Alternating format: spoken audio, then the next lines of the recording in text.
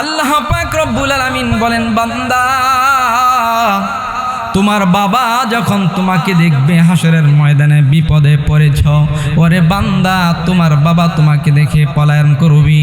হে বান্দা তোমার মা যখন তোমাকে দেখবে তুমি বিপদে পড়েছ, হে বান্দা তোমার কাছে তোমার মা যাবে না, তোমার কাছে তোমার বাবা যাবে না, তোমার বাবা তোমাকে দেখে পলায়ন করবি, তোমার মা তোমাকে দেখে পলায়ন করবি। ওয়া উম্মিহি ওয়া আবি ওয়া সাহিবাতি ওয়া বানি। আল্লাহ পাক রব্বুল আলামিন বলেন, বান্দা তোমার স্ত্রীর জন্য তুমি কত কিছু করেছ। এমনকি এমন সন্তান আছে মা বাবাকে পর্যন্ত ফেলে স্ত্রীর কথা অন্য জায়গায় চলে যায়, স্ত্রীর জন্য কত কিছু করেছ। হে বান্দা তোমার স্ত্রীও তোমাকে যখন বিপদে দেখবে হাসরের ময়দানে পলায়ন করবি। হাসরের ময়দানে সমস্ত নবীগুলি বলবে, ইয়া নাফসি ইয়া নাফসি, আল্লাহ আমাকে বাঁচাও আমাকে বাঁচাও। হযরতে ঈসা পয়গম্বর বলবেন, আল্লাহ আমাকে বাঁচাও আমাকে বাঁচাও, আমার উম্মতকে নয়, আমাকে বাঁচাও আমাকে বাঁচাও। আমি আমার মার জন্য তোমার জন্য আবেদন করি না, আল্লাহ আমাকে বাঁচাও আমাকে বাঁচাও। ইয়া নাফসি করবে। মুসলমান ভাইরা আমার, হযরতে মুসা পয়গম্বর বলবে, আল্লাহ আমাকে বাঁচাও আমাকে বাঁচাও। ইয়া নাফসি করতে থাকবে। হে মুসলমান ইমানদার, আর আমার আপনার পয়গম্বর আখিরি জামানার পয়গম্বর নবী মুহাম্মদুর রাসূলুল্লাহ সাল্লাল্লাহু আলাইহি ওয়াসাল্লাম বলবে, আল্লাহ আমাকে নয় আমার উম্মতকে বাঁচাও আমার উম্মতকে বাঁচাও। সব নবী নফসি নফসি বলবে হাসর দিন, ইয়া উম্মতি বলবে কেবল নবী আল আমিন। সব নবী নফসি নফসি বলবে হাসর দিন, ইয়া উম্মতি বলবে কেবল নবী আল আমিন। আল্লাহু আকবার। এটা দুনিয়ার জান্নাতের বাগান।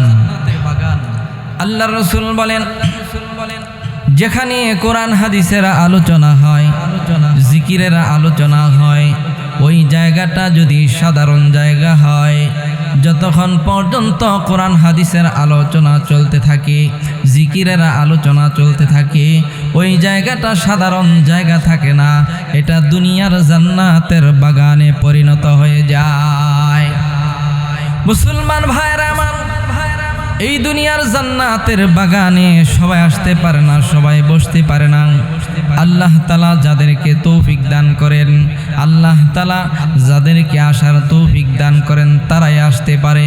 মুসলমান ভাইরা আমার, এই দুনিয়ার জান্নাতের বাগানে সবাই আসতে পারবে না। যেরকম ভাবে দুনিয়ার জান্নাতের বাগানে সবাই আসতে পারবে না, আর কিয়ামতের ময়দানে কঠিন মুসিবতের দিন সবাই কিন্তু জান্নাতে যেতে পারবে না। একদল হবে জান্নাতি আর একদল হবে জাহান্নামী।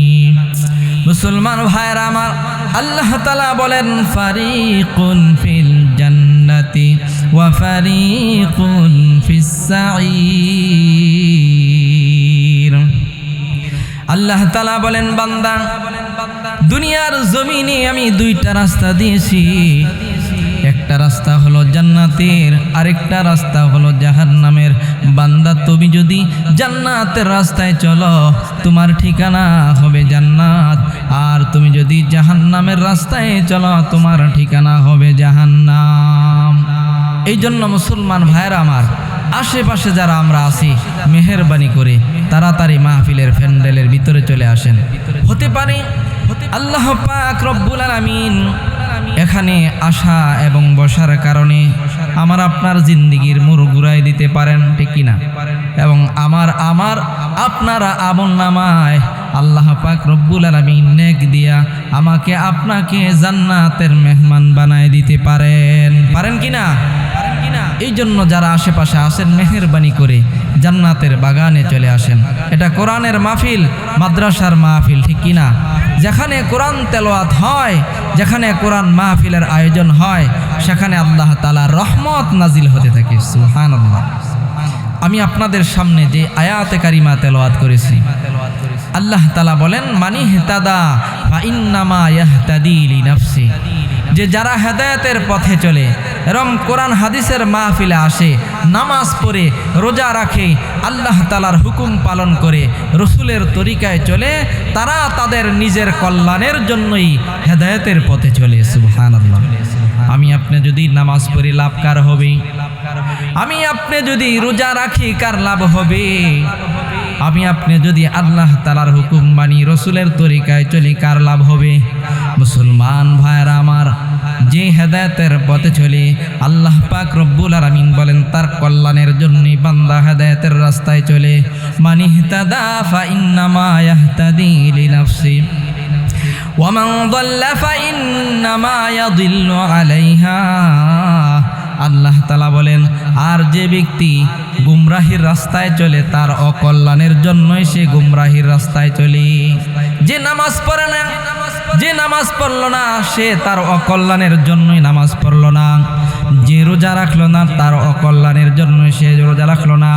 যে রসুলের তরিকায় চলল না, তার অকল্যাণের জন্যই সে রসুলের তরিকায় চলল না। যে ব্যক্তি মাহফিলে আসলো, তার কল্যাণের জন্য সে মাহফিলে আসলো। আর যে ব্যক্তি কোরআন হাদিসের আলোচনা কানে শোনার পরেও, কানে আওয়াজ যাওয়ার পরও যারা এই কোরআন হাদিসের মাহফিলে আসলো না, তাদের অকল্যাণের জন্যই তারা আসলো না। হে মুসলমান ইমানদার, আল্লাহ পাক রব্বুল আলামিন বলেন, হে বান্দা, আমি তোমাদেরকে দুনিয়ার জমিনে পাঠাইছি হেদায়েতের রাস্তায় চলার জন্য। ওরে বান্দা, হেদায়েতের রাস্তায় আনার জন্য আমি যুগে যুগে নবী এবং রাসূল পৃথিবীর জমিনে প্রেরণ করেছি। একজন দুইজন নবী নয়।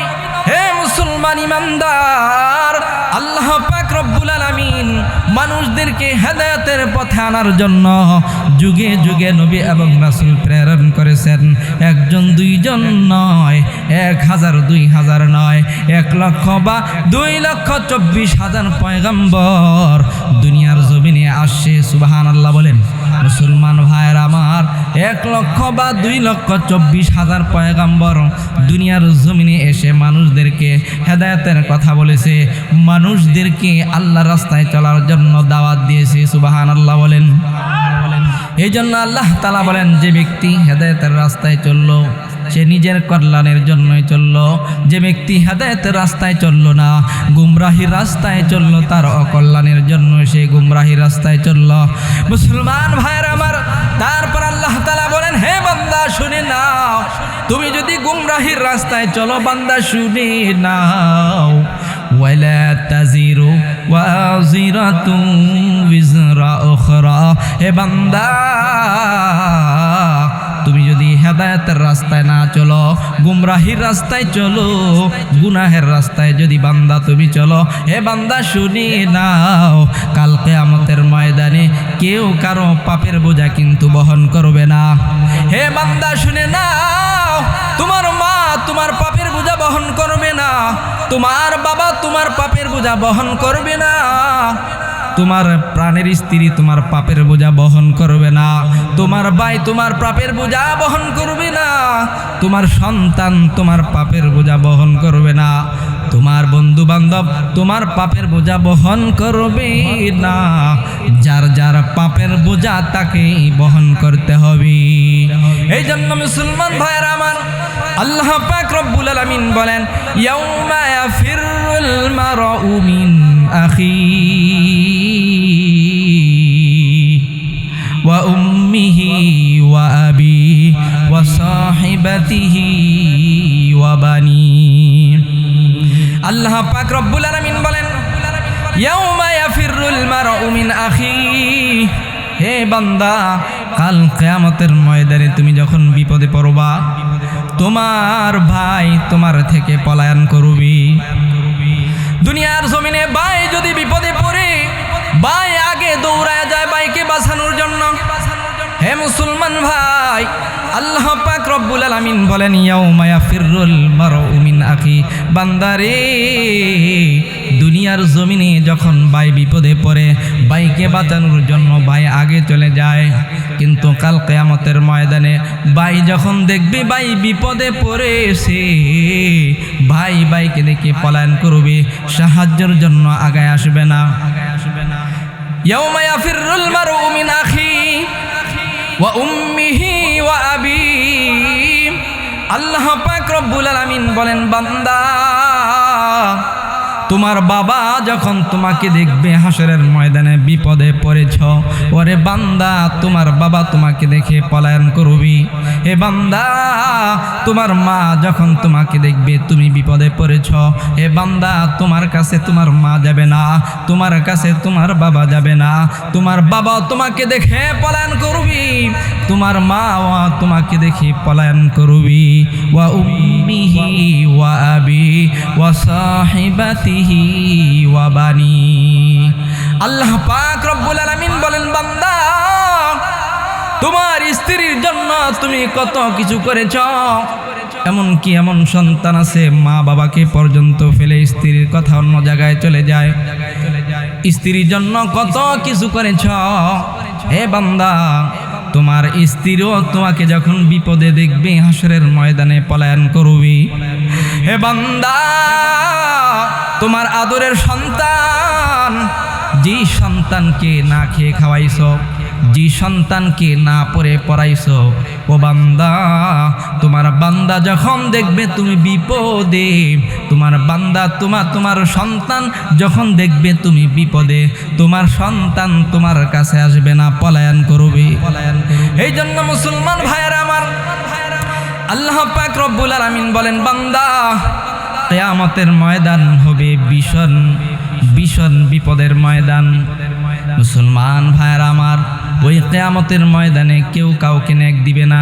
ওয়ালা তাজিরু ওয়াজিরাতুন বিজরা উখরা, কারো পাপের বোঝা কেউ বহন করবে না, যার যার পাপের বোঝা তাকেই বহন করতে হবে। মুসলমান ভাইয়েরা আমার, বান্দার যখন আমলের পাল্লা নেকের পাল্লা বাড়ি হয়ে যাবে, ওই বান্দাটা জান্নাতের মেহমান হয়ে যাবে। মুসলমান ভাইয়েরা আমার, বান্দার আমল নামা যদি ভালো হয়, বান্দার সাথে যদি ঈমান থাকে, নেক আমল যদি থাকে, ওই বান্দা চলে যাবে জান্নাতে, ওই বান্দাকে জান্নাতের মেহমান বানানো হবে।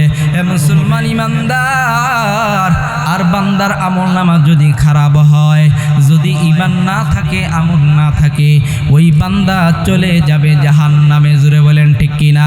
মুসলমান ভাইরা আমার, বান্দার যখন আমলের পাল্লা ওজন করা হবে, যখন বদির পাল্লাটা বাড়ি হয়ে যাবে, বদির পাল্লা যখন বাড়ি হয়ে যাবে, যখন তার নেকের পাল্লা হালকা হয়ে যাবে, তখন আল্লাহ তাআলাকে বলবেন আল্লাহ আজকে হাসরের ময়দানে দেখি আমাকে কেউ নেক দেয় কিনা। আল্লাহ পাক রব্বুল আলামিন বলবেন যাও বান্দা যাও, দেখো কেউ তোমাকে নেক দেয় কিনা। হে মুসলমান ইমানদার, বান্দা চলে যাবে মার কাছে। মা, দুনিয়ার জমিনে আমার জন্য কত কষ্ট করেছো গো মা। হে মা, 10 মাস 10 দিন আমাকে গর্ভে ধারণ করেছো গো মা, কত কষ্ট করেছো, নিজে না খেয়ে খাওয়াইছো। ও গো মা, আজকে হাসরের নেকির জন্য আমি জান্নাতে যেতে পারবো না। ও গো মা, আমাকে একটা নেকি দিয়া আমাকে সাহায্য করো। মা বলবে না রে বাবা না, তোমাকে নেক দেওয়া যাবে না। তোমাকে যদি আমি একটা নেকি দিই, হতে পারে আমারও নেকির টান পড়ে যেতে পারে। আমার যদি নেকি ঠিক মতন না থাকে, তাহলে আমিও বিপদে পড়ে যাইতে পারি। না রে বান্দা না, তোমাকে একটা নেক দেওয়া যাবে না। বান্দা চলে যাবে বাবার কাছে, হে বাবা আমাকে একটা নেকি দাও, একটা নেকি দিয়া আজকে হাসরের ময়দানে, বিপদের ময়দানে আমাকে সাহায্য করো। বাবা বলবে না না, তোমাকে নেক দেওয়া যাবে না। হে মুসলমান ইমানদার, ভাইয়ের কাছে চলে যাবে, ভাই বলবে না নেক দিব না। বোনের কাছে চলে যাবে, বলবে না নেক দেওয়া যাবে না। বন্ধু বান্ধবের কাছে চলে যাবে, বন্ধু বান্ধব বলবে না নেক দেওয়া যাবে না। স্ত্রীর কাছে চলে যাবে, বলবে না নেক দেওয়া যাবে না। সন্তানের কাছে চলে যাবে, সন্তান বলবে না না নেক দেওয়া যাবে না। ওই হাসরের ময়দান হবে কঠিন বিপদের ময়দান। জোরে বলেন না ঠিক কিনা? এই জন্য আল্লাহ তাআলা বলেন ওয়ালা তাজিরু ওয়াজিরাতু বিজরা উখরা, যে বান্দা কাল কিয়ামতের ময়দানে যেদিন মা মার পরিচয় দিবে না, বাবা বাবার পরিচয় দিবে না, স্ত্রী সন্তান তোমার পরিচয় দিবে না, ওই কঠিন মুসিবতের দিন তোমার বোঝা কিন্তু তোমাকেই বহন করতে হবে। ওয়ামা কুন্না মুআযযিবিনা হাত্তা নাবআসা রাসূলা। মুসলমান ভাইরা আমার, আল্লাহ পাক রব্বুল আলামিন বলেন আমি যুগে যুগে নবী এবং রাসূল পৃথিবীর জমিনে প্রেরণ করেছি। আল্লাহ তাআলা বলেন আমি কোন জাতিকে, কোন কওমকে তাদের কাছে নবী প্রেরণ না করে হেদায়েতের কথা না শোনায়া আমি তাদেরকে আযাব দেই নাই। সুবহানাল্লাহ। জন্য প্রত্যেক যুগে যুগে আল্লাহ পাক রব্বুল আলামিন মানুষের হেদায়েতের জন্য নবী এবং রাসূল পৃথিবীর জমিনে প্রেরণ করেছেন। জোরে বলেন না ঠিক কিনা? সর্বশেষ আমার আপনার পয়গম্বর জনাবে মুহাম্মদুর রাসূলুল্লাহ সাল্লাল্লাহু আলাইহি ওয়াসাল্লামকে পাঠাইছেন কোরআন নামক দৌলত দিয়া। সুবহানাল্লাহ। যেই কোরআন আল্লাহ পাক রব্বুল আলামিন আমাদের জন্য নাজিল করলেন, ওই কোরআনের দাম কম না বেশি? আজকে এই কোরআনের দাম আমাদের মাঝে নাই, এই কোরআনের শিক্ষার দাম আমাদের মাঝে আজকে সমাজের মধ্যে নাই। জোরে বলেন না ঠিক কিনা? যেই কোরআন হাসরের ময়দানে আপনার পক্ষে সাক্ষী দিবে, আপনাকে সুপারিশ করে জান্নাতের মেহমান বানিয়ে দিবে। সুবহানাল্লাহ বলেন। আল্লাহ তাআলা বলেন ইন্নাহু লাকুরআনুন কারীম ফি কিতাবিম মাকনুন লা ইয়ামাসসুহু ইল্লাল মুতাহহারুন। আল্লাহ তাআলা বলেন ইন্নাহু লাকুরআনুন কারীম, এটা হলো সম্মানিত কালাম। কার কালাম? এই জোরে বলেন কার কালাম? ইন্নাহু লাকুরআনুন কারীম ফি কিতাবিম মাকনুন লা ইয়ামাসসুহু ইল্লাল মুতাহহারুন। আল্লাহ পাক রব্বুল আলামিন বলেন গোলাম, এটা এমন একটা কালাম, সম্মানিত কালাম, যেই কালামকে আল্লাহ পাক রব্বুল আলামিন লৌহে মাহফুজের মধ্যে সংরক্ষণ করে রেখেছেন। মুসলমান ভাইরা আমার, আল্লাহ তাআলা বলেন লা ইয়ামাসসুহু ইল্লাল মুতাহহারুন। হে বান্দা, এই কালামের এত দাম, এই কোরআনের এত দাম, যে কোরআন অজু ছাড়া স্পর্শ করা যায় না, যেই কোরআন নাপাক অবস্থায় স্পর্শ করা যায় না, এই কোরআনের ছোঁয়া যাদের লাগছে আল্লাহ পাক রব্বুল আলামিন তাদেরকে দামি বানায় দিয়েছেন। সুবহানাল্লাহ। এই কোরআন নাজিল হয়েছে আসমান থেকে আল্লাহ তাআলার পক্ষ থেকে। কার মাধ্যমে? জিবরাইল আলাইহিস সালাতু ওয়াস সালামের মাধ্যমে। জোরে বলেন না ঠিক কিনা? আল্লাহ তাআলা বলেন নাযালা বিহির রূহুল আমিন।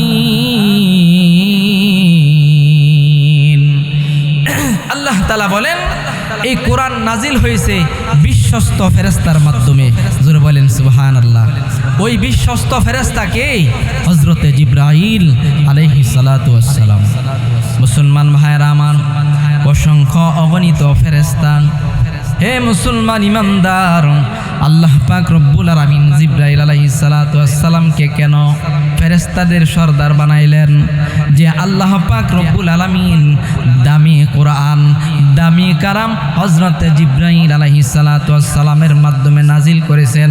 এই জন্য আল্লাহ পাক রব্বুল আলামিন জিবরাইল আলাইহিস সালাতু ওয়াস সালামকে দামি বানাই দিয়েছেন, ফেরেশতাদের সরদার আল্লাহ তাআলাকে বানাই দিয়েছেন। যেই পাহাড়ে কোরআন নাজিল হয়েছে ওই পাহাড়ের দাম কম না বেশি? আল্লাহু আকবার বলেন। পৃথিবীর মধ্যে যত ফেরেশতা, যত পাহাড় আছে, সমস্ত পাহাড় থেকে দামি পাহাড় ওই পাহাড়, যেই পাহাড়ের মধ্যে কোরআন নাজিল হয়েছে। সুবহানাল্লাহ। হেরা পর্বতে আল্লাহ তাআলা কোরআন নাজিল করেছেন। আল হেরাতে ধ্যানে ছিলেন নূর নবী হযরত, আল্লাহতে নাজিল হলো কুরআনের আয়াত। ইকরা বিসমি শোনে নবী, যেন উঠল হলেন চমকে, জিবরিল আমিন ভয় দিয়ে জড়িয়ে নিলেন বুকে। উম্মি হয়ে হলেন জ্ঞানী, উম্মি হয়ে হলেন জ্ঞানী, পেলেন খোদার রহমত। আল-হেরাতে ধ্যান ছিলেন নূর নবী হযরত, আল্লাহতে নাজিল হলো কুরআনের আয়াত। আল্লাহু আকবার বলেন। মুসলমান ভাইরা আমার, এই কোরআন আল্লাহ পাক রব্বুল আলামিন যেই পাহাড়ের উপর নাজিল করেছেন, ওই পাহাড়টা দামি হয়ে গেছে, দামি হয়ে গেছে। যেই শহরে এই কোরআন নাজিল হয়েছে, ওই শহরের দাম আল্লাহ তাআলা বাড়ায় দিয়েছেন। হে মুসলমান ইমানদার, যেই পয়গম্বরের উপর কোরআন নাজিল করেছেন, ওই পয়গম্বরের দাম কম না বেশি? जहाँ तक है रबूबियत खुदा का, वहाँ तक है नबूवत मुस्तफा का। मोहम्मद मुस्तफा जाने खुदा को, खुदा जाने मोहम्मद मुस्तफा को। মুসলমান ভাইয়ের আমার, অন্য অন্য নবীকে আল্লাহ পাক রব্বুল আলামিন কোন গোত্রের নবী বানাইয়া পাঠাইছেন, কোন নবীকে কোন এলাকার নবী বানাইয়া পাঠাইছেন, কোন নবীকে কোন দেশের নবী বানাইয়া পাঠাইছেন। আর আমার আপনার পয়গম্বরকে আল্লাহ পাক রব্বুল আলামিন সারা পৃথিবীর নবী বানাইয়া দুনিয়ার জমিনে পাঠাইছেন। সুবহানাল্লাহ। আল্লাহ তাআলা বলেন, হে আমার পয়গম্বর শুনে নাও, আমি আসমানের আল্লাহ, তুমি হইলা আসমানের নবী। আমি ফেরেশতাদের আল্লাহ, তুমিও ফেরেশতাদের নবী। হে পয়গম্বর শুনি নাও, আমি দুনিয়ার জমিনের যত মাখলুক আছে সমস্ত মাখলুকের আল্লাহ, আর তুমি নবীও সমস্ত মাখলুকের নবী। সুবহানাল্লাহ। জাহাঁ তক है रबूबियत खुदा का, वहाँ तक है नबूवत मुस्तफा का। আল্লাহু আকবার বলেন। মুসলমান ভাইরা আমার, এই কোরআনের খাতিরে আল্লাহ পাক রব্বুল আলামিন শেষ কোরআন আমার আপনার পয়গম্বরের উপর নাজিল করেছেন। এই জন্য আল্লাহ পাক রব্বুল আলামিন আমার আপনার পয়গম্বরকে সমস্ত নবীদের সরদার বানিয়ে দিয়েছেন, সমস্ত নবীদের নবী বানাইয়া দুনিয়ার জমিনে পাঠাইছেন। আল্লাহু আকবার। মুসলমান ভাইরা আমার, এই জন্যই তো হাশরের ময়দানে সমস্ত নবীগুলি বলবে ইয়া নফসি ইয়া নফসি, আল্লাহ আমাকে বাঁচাও, আমাকে বাঁচাও। হযরত ঈসা পয়গম্বর বলবেন, আল্লাহ আমাকে বাঁচাও, আমাকে বাঁচাও। আমার উম্মতকে নয়, আমাকে বাঁচাও, আমাকে বাঁচাও। আমি আমার মার জন্য তোমার জন্য আবেদন করি না, আল্লাহ আমাকে বাঁচাও, আমাকে বাঁচাও। ইয়া নফসি করবে। মুসলমান ভাইরা আমার, হযরত মুসা পয়গম্বর বলবে, আল্লাহ আমাকে বাঁচাও, আমাকে বাঁচাও। ইয়া নফসি করতে থাকবে। হে মুসলমান ইমানদার, আর আমার আপনার পয়গম্বর, আখিরি জামানার পয়গম্বর নবী মুহাম্মদুর রাসূলুল্লাহ সাল্লাল্লাহু আলাইহি ওয়াসাল্লাম বলবে, আল্লাহ আমাকে নয়, আমার উম্মতকে বাঁচাও, আমার উম্মতকে বাঁচাও। সব নবী নফসি নফসি বলবে হাসর দিন, ইয়া উম্মতি বলবে কেবল নবী আল আমিন। সব নবী নফসি নফসি বলবে হাসর দিন, ইয়া উম্মতি বলবে কেবল নবী আল আমিন। আল্লাহু আকবার। মুসলমান ভাইরা আমার, সব নবী নফসি নফসি বলবে, আমার আপনার পয়গম্বর বলবেন, ইয়া উম্মতি, ইয়া আল্লাহ আমার উম্মতকে বাঁচাও, আমার উম্মতকে বাঁচাও। আল্লাহু আকবার। আল্লাহ তাআলা বলেন, হে পয়গম্বর শুনে নাও, তুমি যতক্ষণ পর্যন্ত জান্নাতে প্রবেশ করবা না, অন্য কোনো নবী জান্নাতে প্রবেশ করবে না। মুসলমান ভাইরা আমার, আমার আপনার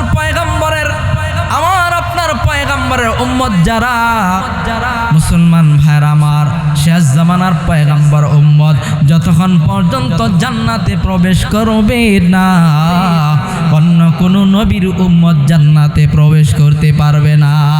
আল্লাহু আকবার। এই দাম কিসের কারণে? এই কোরআনের কারণে। সুবহানাল্লাহ।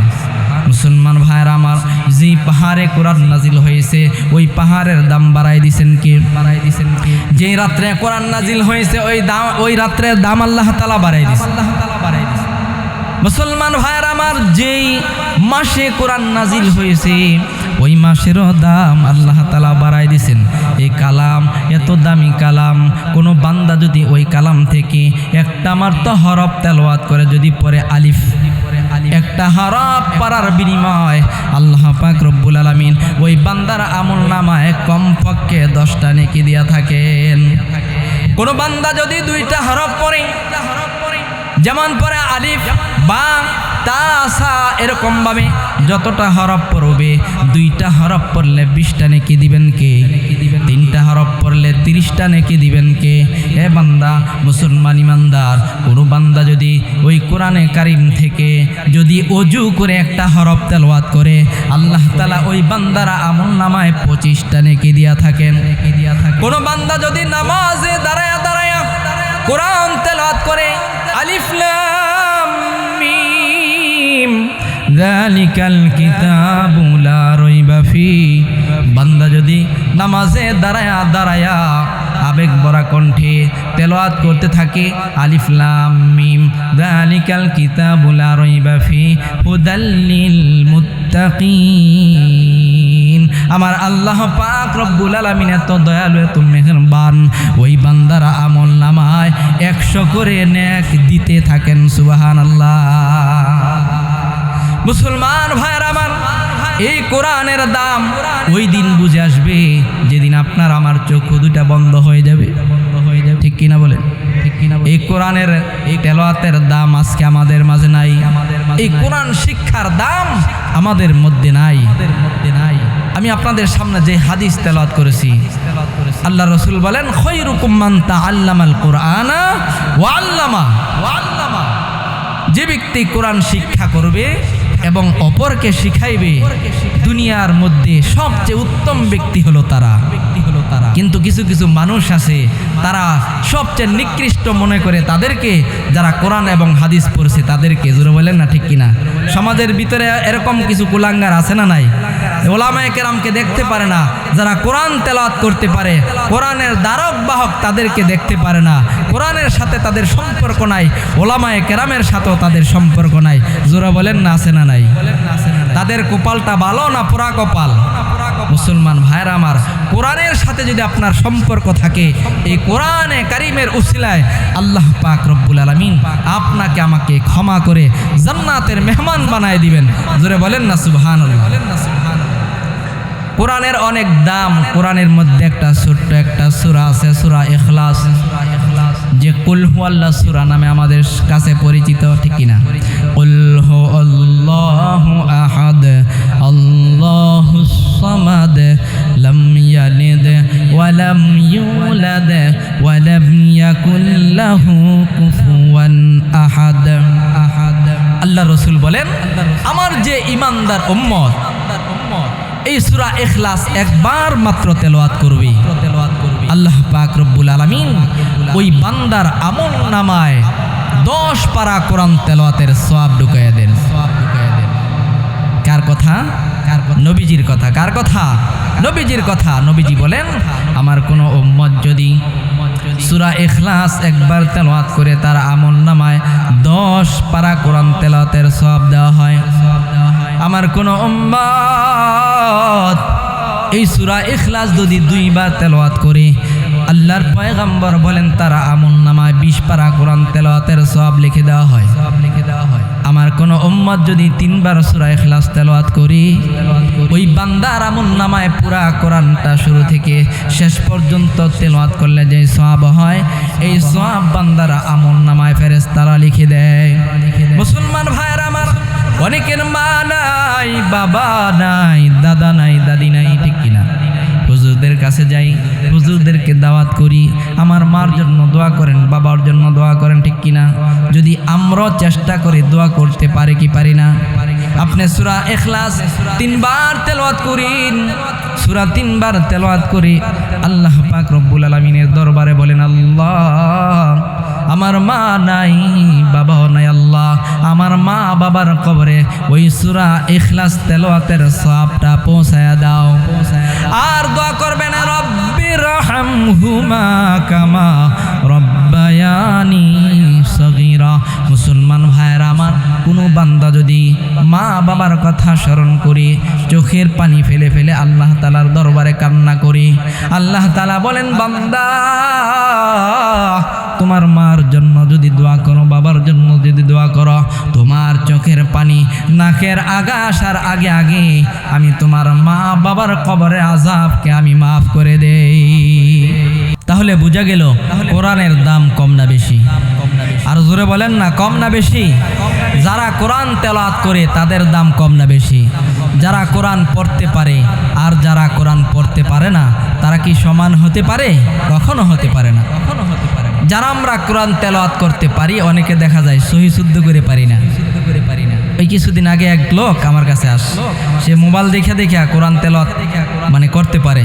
যেমন অনেক সময় বাংলা, হ্যাঁ বাংলার উচ্চারণ লেখা থাকে, বাংলার উচ্চারণ কিন্তু সহি শুদ্ধভাবে করা যায় না। আমায় এসে বলতেছে হুজুর, একজন হুজুরে বলছে আমার তেলাওয়াত নাকি সহি হয় না। আমার পড়াটা শুনেন তো। আমি কি পড়েন? সূরা ফাতিহা পড়লো, মানে ভুলের কোনো অভাব নেই। আমি কই এই জায়গায় তো ভুল পড়তাছে আর ধরতাছে। হ্যাঁ বলে যে আমি তো মনে করি আমারটা হইতেছে। ঠিক আছে, এই জন্য যাচাই বাছাই করতে হবে, ঠিক কিনা? আমরা যে কোরআন তেলাওয়াত যারা করতে পারি, আমার কোরআন কি সহি হইতেছে কিনা, এই জন্য একজন হুজুরের কাছে যাইয়া, ভালো হুজুরের কাছে যাইবে, ঠিক না? যারা কোরআন সহি শুদ্ধ করে পারে। যাদের পড়া সহি হবে না তাদের পড়াকে কি করবেন? সহি শুদ্ধ করবেন। এটা আসমানি কিতাব।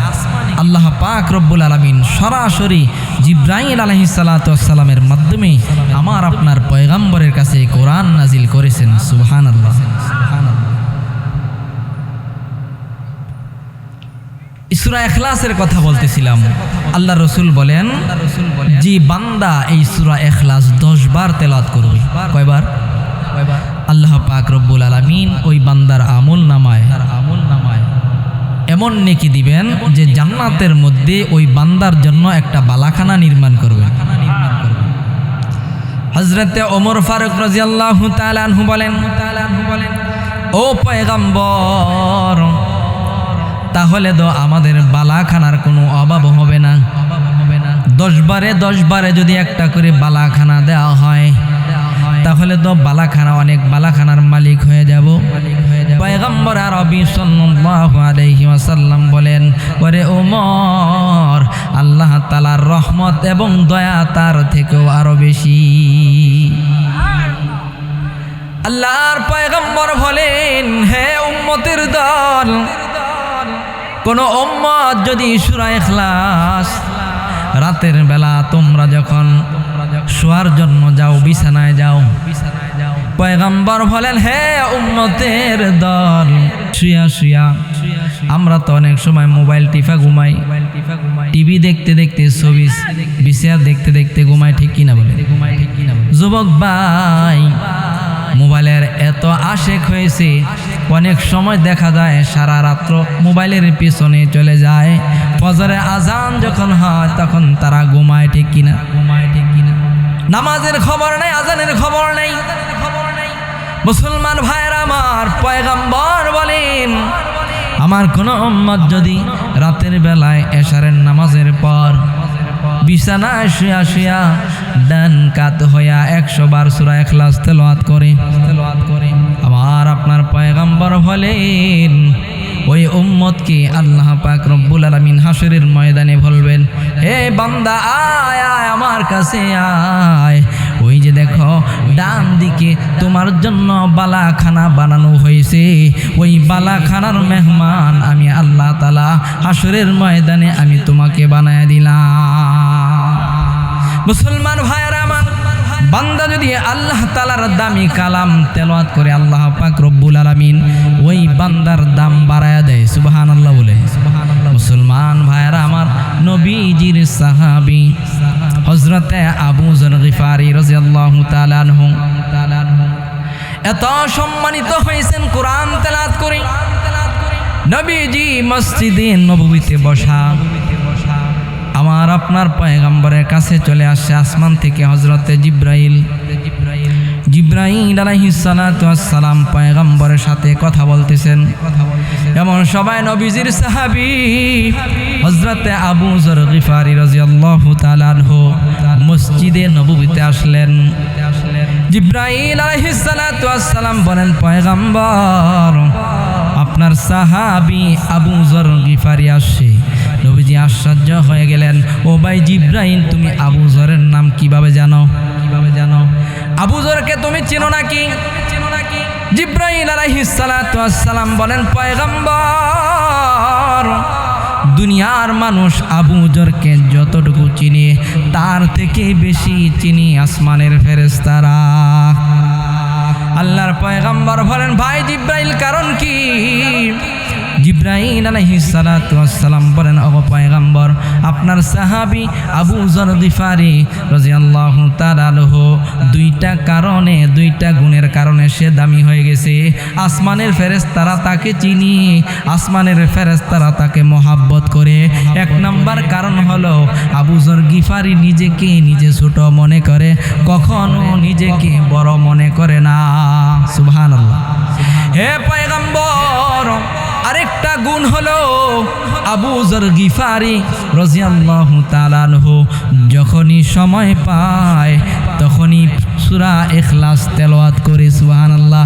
কুল হু আল্লাহু আহাদ আল্লাহুস সামাদ লাম ইয়ালিদ ওয়া লাম ইউলাদ ওয়া লাম ইয়াকুল লাহু কুফুয়ান আহাদ। আল্লাহু আকবার বলেন।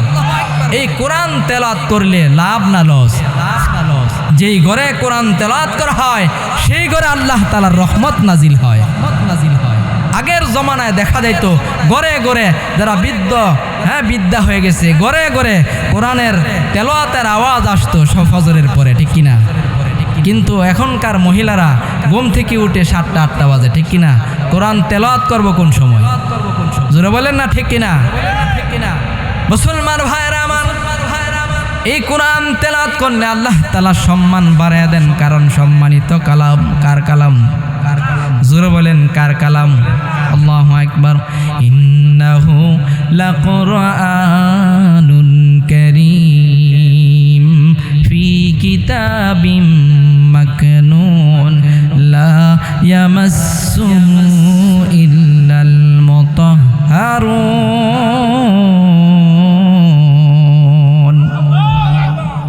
আল্লাহ তাআলা বলেন এই কালাম হলো সম্মানিত কালাম। আল্লাহু আকবার। এই কালামের মাধ্যমে আল্লাহ পাক রব্বুল আলামিন বান্দাকে দুনিয়ার বিপদ থেকেও বাঁচান। সুবহানাল্লাহ। যেই ঘরে কোরআন নাজিল হয় সেই ঘরে রহমত নাজিল করেন কে? যেখানে কোরআন তেলাওয়াত সেখানেই রহমত। আল্লাহু আকবার। নবীজির সাহাবী হযরতে আবু হুরায়রা রাদিয়াল্লাহু তাআলা আনহু নাম শুনছেন? আবু হুরায়রা রাদিয়াল্লাহু তাআলা আনহু বলেন যে নবীজি তাকে একদিন রাতের বেলা যে মাল পাহারা দেওয়ার জন্য তাকে নিযুক্ত করছে।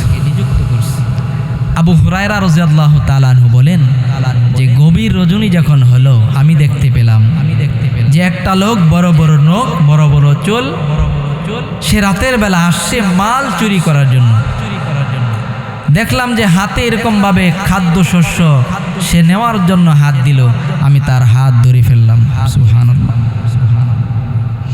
হাত ধরে ফেললাম, সে বলতেছে, হে নবীর সাহাবী আমাকে ছেড়ে দাও, আমি বড়ই অভাবী এবং আমার সংসারে আর লোক আছে অনাহারে, আমি বড় অভাবী, হে আবু হুরায়রা আমাকে ছেড়ে দাও, আমি আর কখনো আসবে না। আবু হুরায়রা বলে যে না, তোকে নবীর কাছে নিয়ে যাব, আমাকে ছেড়ে দাও, আমি বড় অভাবী।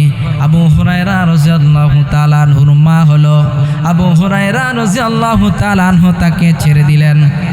সকালবেলা পয়গম্বর আবু হুরায়রাকে প্রশ্ন করেন, আবু হুরায়রা তোমার বন্দির খবর কি? সুবহানাল্লাহ। আবু হুরায়রা বলেন, কি রে, আমার পয়গম্বর কিভাবে জানলো রাতের ঘটনা? সুবহানাল্লাহ। আমি তো বলি নাই। পয়গম্বর জানে না, পয়গম্বরকে জিব্রাইলের মাধ্যমে জানানো হয়। সুবহানাল্লাহ বলে। আবু হুরায়রা রাদিয়াল্লাহু তাআলা আনহু বলেন, হে পয়গম্বর, চোর যখন খাদ্যশস্য নেওয়ার জন্য আসছিল, আমি তাকে ধরেছিলাম। সে বলতেছে বড় অভাবে আমার মা হলো ছেড়ে দিলাম। রাসূল বলেন, আবু হুরায়রা, সে তো বড় মিথ্যাবাদী, মিথ্যা কথা বলেছে, আবার আসবে। আবু হুরায়রা রাদিয়াল্লাহু তাআলা আনহু বলেন, আমার নবী যখন বলেছে আবার আসবে, অবশ্যই আসবে, কারণ নবীর কথা কখনো মিথ্যা হতে পারে না। আবু হুরায়রা বলেন, পরের রাত্র আমি অপেক্ষা করতে লাগলাম, মাল পাহারা দিতে লাগলাম। গভীর রজনীতে দেখলাম আবার সে চলে আসছে, মাল নেওয়ার জন্য হাত দিল, আমি ধরে ফেললাম। এবার আজকে তোমাকে নবীর দরবারে নিয়ে যাব। আবু হুরায়রা, আমাকে ছেড়ে দাও, আমি আর আসবো না। আমি বড় ক্ষুধার্ত মানুষ, অভাবী মানুষ, আমাকে ছেড়ে দাও। আবু হুরায়রা ছেড়ে দিল। পয়গম্বর বলেন, হে আবু হুরায়রা, রাতের বন্দির খবর কি? আবু হুরায়রা বলে, ও পয়গম্বর, আজকেও তো মায়া লাগছে, ছেড়ে দিয়েছি। পয়গম্বর বলে, আবু হুরায়রা, সে মিথ্যা বলেছে, সে কিন্তু আবার আসবে। সুবহানাল্লাহ বলে। আবু হুরায়রা বলেন, আবার পরের রাত্রে আমি অপেক্ষা করতে লাগলাম। গভীর রজনীতে দেখলাম সে লোকটা আবার আসলো, আবার মাল নেওয়ার জন্য হাত দিল। আমি এবার তাকে ভালো করে ধরলাম, এবার তোকে নবীজির কাছে নিয়ে যাব। এবার বলে, হে আবু হুরায়রা, আমাকে ছেড়ে দাও। কই যে না না, একদিন দুই দিন তোকে ছেড়ে দিয়েছি, আজকে তৃতীয়বার মাফ করা যায় না, তোকে রসুলের দরবারে নিয়ে যাব। আবু হুরায়রাকে ওই চোর বলে, ও আবু হুরায়রা, নবীর সাহাবী, শুনে নাও, তোমাকে আমি এমন একটা বাক্য শিক্ষা দিব, এমন একটা কালিমা শিক্ষা দিব, যে কালিমার দ্বারা তুমি উপকৃত হইবা। সেই কালিমাটা হলো, হে আবু হুরায়রা, তুমি যখন রাতের বেলা ঘুমানোর জন্য বিছানায় যাও, বিছানায় যাওয়ার পর কোরআনে কারিমের মধ্যে একটা আয়াত আছে, যার নাম হলো আয়াতুল কুরসি। আল্লাহু লা ইলাহা ইল্লা হুয়াল হাইয়ুল কাইয়্যুম। হে নবীর সাহাবী, আয়াতুল কুরসি যখন রাতের বেলা তুমি শোয়ার জন্য যাও, বিছানায় যাওয়ার পর ওই আয়াতুল কুরসি তুমি তেলাওয়াত করে ঘুমাইবা। সারা রাত্র আল্লাহ পাক রব্বুল আলামিন তোমার জন্য একটা ফেরেশতা নিযুক্ত করে দিবে। এশারের নামাজের পর ফজর পর্যন্ত ফেরেশতা তোমাকে পাহারাদারি করবে। ও আবু হুরায়রা, তোমার ঘরে কোনো চোর ঢুকতে পারবে না। সুবহানাল্লাহ। মুসলমান ভাইরা, আবার সকালবেলা নবীজি আবু হুরায়রাকে ডাক দেয়া বলে, আবু হুরায়রা, তোমার বন্দির খবর কি? আবু হুরায়রা রাদিয়াল্লাহু তাআলা আনহু বলেন, ওগো নবীজি, আজকে যখন তাকে আমি আটক করেছিলাম, ধরেছিলাম, সে বলেছে আমাকে এমন একটা বাক্য শিক্ষা দিবে, যে বাক্যের দ্বারা আমি উপকৃত হব। ওগো পয়গম্বর, আমাকে সেই বাক্যটা সে শিখিয়ে দিয়েছে। ওগো পয়গম্বর, সে বলেছে আমি যখন বিছানায় যাই, তখন রাতের বেলা যখন আয়াতুল কুরসি তেলাওয়াত করি, আয়াতুল কুরসি যদি তেলাওয়াত করি, একজন ফেরেশতা নাকি আল্লাহ তাআলা নিযুক্ত করে দিবেন, সারাটা রাত্র আমার পাহারাদারি করুক। সুবহানাল্লাহ।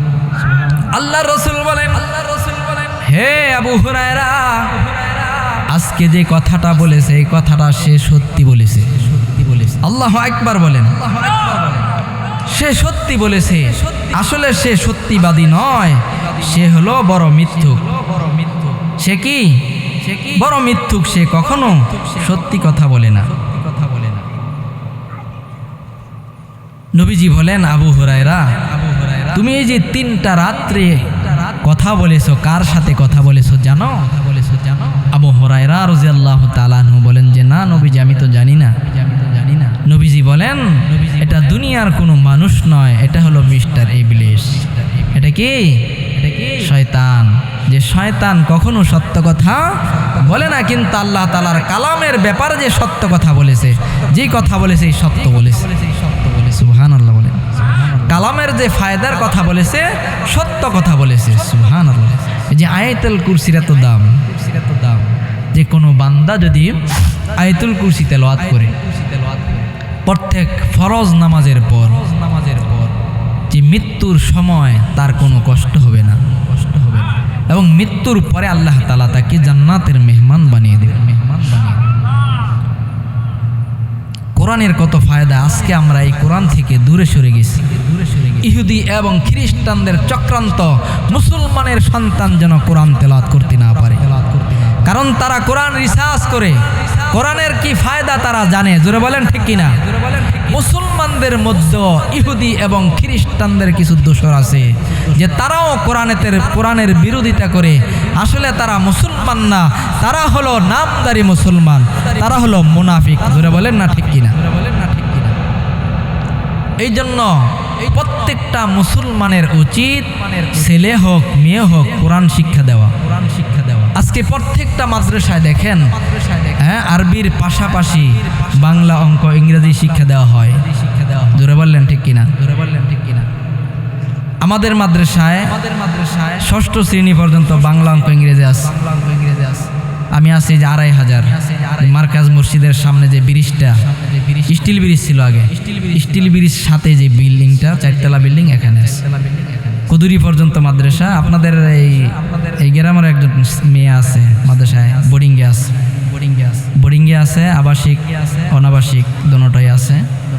তো প্রত্যেকটা মাদ্রাসায় এখন বাংলা, অঙ্ক, ইংরেজি শেখানো হয়। আপনি যদি বাংলা পড়াইতে ইচ্ছা হয় তাহলে মাদ্রাসা থেকে আপনি ক্লাস 5 পর্যন্ত পড়ান, 6 থেকে আবার আপনি মাদ্রাসা স্কুলে দিয়ে দেন, সমস্যা নাই। আপনার সন্তানকে আগে দ্বীনি শিক্ষাটা দেন, কোরআন শিক্ষা দেন, কোরআনটা তার সিনার ভিতরে ঢুকায়া দেন। সে কখনো নাস্তিক আর মুরতাদ হবে না, বেঈমান কখনো হবে না। জোরে বলেন ঠিক কিনা? এই জন্য কোরআনের শিক্ষার দরকার আছে না নাই? তালাবুল ইলমি ফারিদাতুন আলা কুল্লি মুসলিম। আল্লাহ রাসূল বলেন যে প্রত্যেকটা নরনারীর জন্য, ছেলে এবং মেয়ের জন্য দ্বীনি ইলম শিক্ষা করা ফরজ। কোরআন শিক্ষা করা কি ফরজ? কারণ কোরআন যদি আপনি না শিখেন, নামাজ কিভাবে পড়বেন? অনেক মানুষ বিদ্ধ হয়ে গেছে, কোরআন তেলাওয়াত পারে না, পারলেও সহি করে 4টা সূরা সহি করে পারে না। কমপক্ষে তো আপনার সূরা ফাতিহা, তার সাথে 4টা সূরা, 5টা সূরা তো আপনার লাগবেই নামাজ পড়তে। যেমন ফজরের 2 রাকাত সুন্নাত, 2টা সূরা, আলহামদুলিল্লাহ সহ, সূরা ফাতিহা সহ 3টা সূরা। যে আপনি যখন জোহরের নামাজ পড়তে যাবেন, তো জোহরের 4 রাকাত সুন্নাত পড়তে তো 4টা সূরা লাগে, সূরা ফাতিহা এবং 4টা সূরা না হলে তো আপনার নামাজ হবে না। কমপক্ষে তো আপনার এই 5টা সূরা অবশ্যই আপনার শিখতেই হবে, কিন্তু সহি শুদ্ধ করে শিখতে হবে।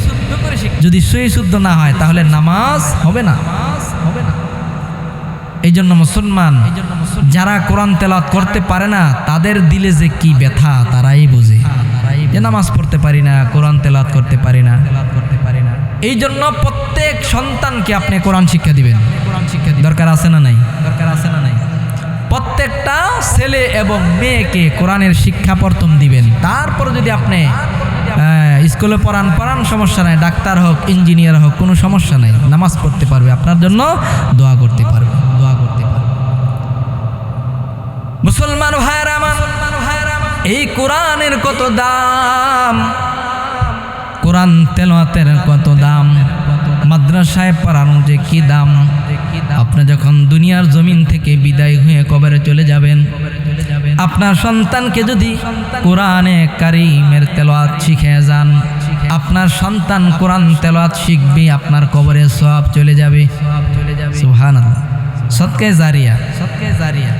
যে আপনার সন্তান নাই, কিছু নাই, অন্যর সন্তানকেও যদি আপনি কোরআন তেলাওয়াত শিখান, সদকায়ে জারিয়া, কবরে শুয়া শুয়া কোরআন তেলাওয়াতের সওয়াব আপনি পাইতে থাকবেন। সুবহানাল্লাহ বলবেন না? সদকায়ে জারিয়া, যে আপনার মাদ্রাসায় কিছু দান করলেন, মসজিদে কিছু দান করলেন, এই মসজিদে যারা নামাজ পড়বে, এই নামাজের সওয়াব আপনি কবরে শুয়ে শুয়ে পাইতে থাকবেন। মাদ্রাসায় যে কোরআন শিখবে, হাদিস শিখবে, রসুলের সুন্নাত তরিকায় বান্দা চলবে, ইয়ার সব আপনার আমল নামায় যেতেই থাকবে। সদগায়ে জারিয়া, আপনার আমলের দরজা বন্ধ হয়ে যাবে, কিন্তু সদগায়ে জারিয়া যে সমস্ত কাজগুলি আপনি করে গেছেন, ওই সদগায়ে জারিয়ার সব আপনার কবরে পুষতেই থাকবে। জোরে বলেন না সুবহানাল্লাহ। আপনার সন্তানকে যদি আপনি দ্বীনি ইলম শিখায়া যান, আপনার সন্তান যদি হাফিজে কোরআন হয়, আপনার সন্তান যদি আলেম হয়, সে আবার হাফেজ বানাইবে, আলেম বানাইবে। এ বান্দা, আপনি কবরে চলে যাবেন, কবরে শুয়া শুয়া কিয়ামত পর্যন্ত সিলসিলা চলতে থাকবে, কিয়ামত পর্যন্ত আপনার কবরে সওয়াব যাইতে থাকবে। সুবহানাল্লাহ বলবেন না? আরো জোরে বলেন না সুবহানাল্লাহ।